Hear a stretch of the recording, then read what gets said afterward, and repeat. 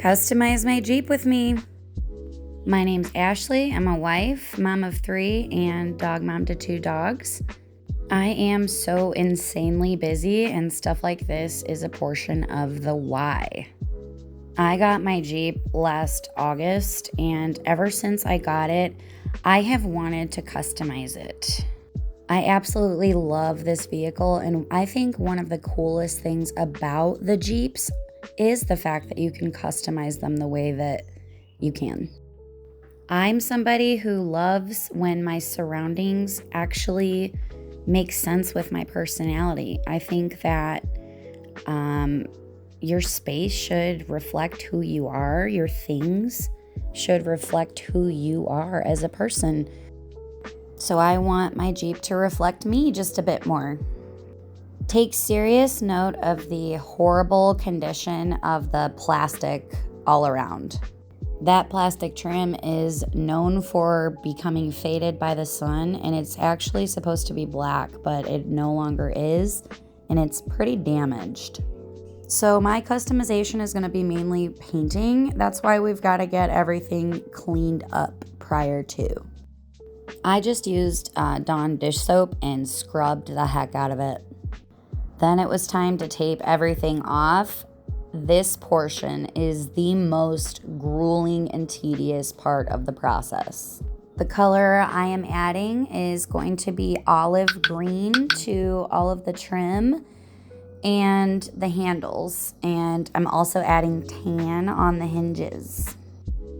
I actually wanted an army green Jeep, but during the buying process, there were none available that were in our price range, so I'm making do. I actually do love the color of the Jeep. The color is called Rhino Gray, so it has this really beautiful blue undertone to it.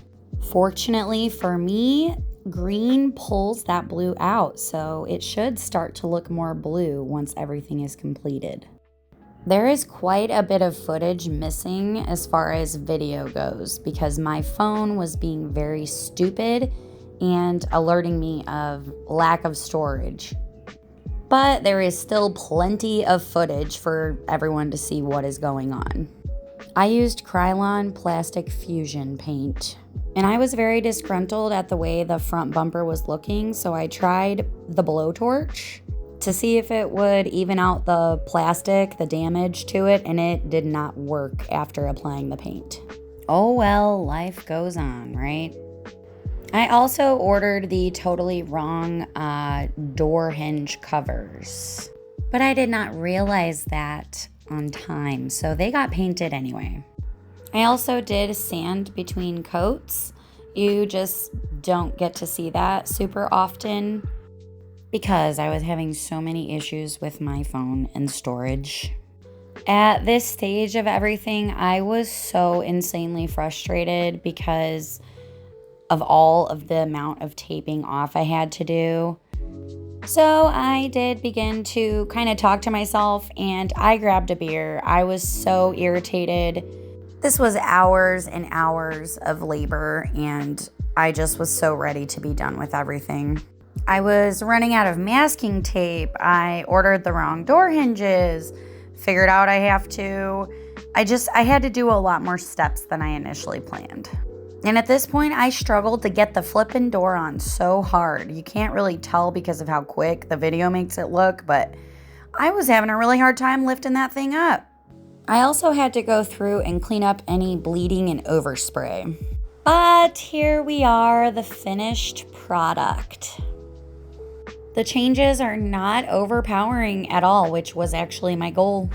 I did also add my own additional grip tape to the steps because there was tread on them, but it wasn't working very well. In the wintertime especially, I was still sliding a lot and fell out of the Jeep a couple times.